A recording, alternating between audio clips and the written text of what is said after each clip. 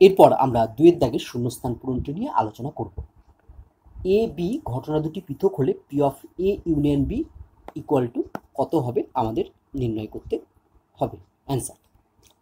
দেখো প্রশ্নে বলা আছে এ বি ঘটনা দুটি পৃথক, তাহলে এ আর বি যদি পৃথক হয় তাহলে কি লেখা যায় না, আমরা জানি এ আর বি যদি পৃথক হয় তাহলে P of A intersection B equal to 0 হয়।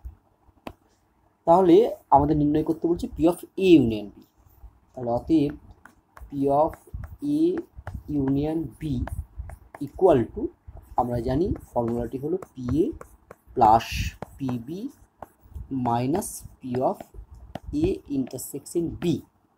যেহেতু এ বি পৃথক তাই P of A intersection B এর মান হচ্ছে 0, তাহলে নেক্সট লাইনে আমরা লিখতে পারবো equal to P A plus P B minus 0 equal to আমার তাহলে হলো গিয়ে পি এ প্লাস পিবি, অর্থাৎ এ ও বি ঘটনা দুটি পৃথক হলে P of A union B equal to হবে P of A plus P of B.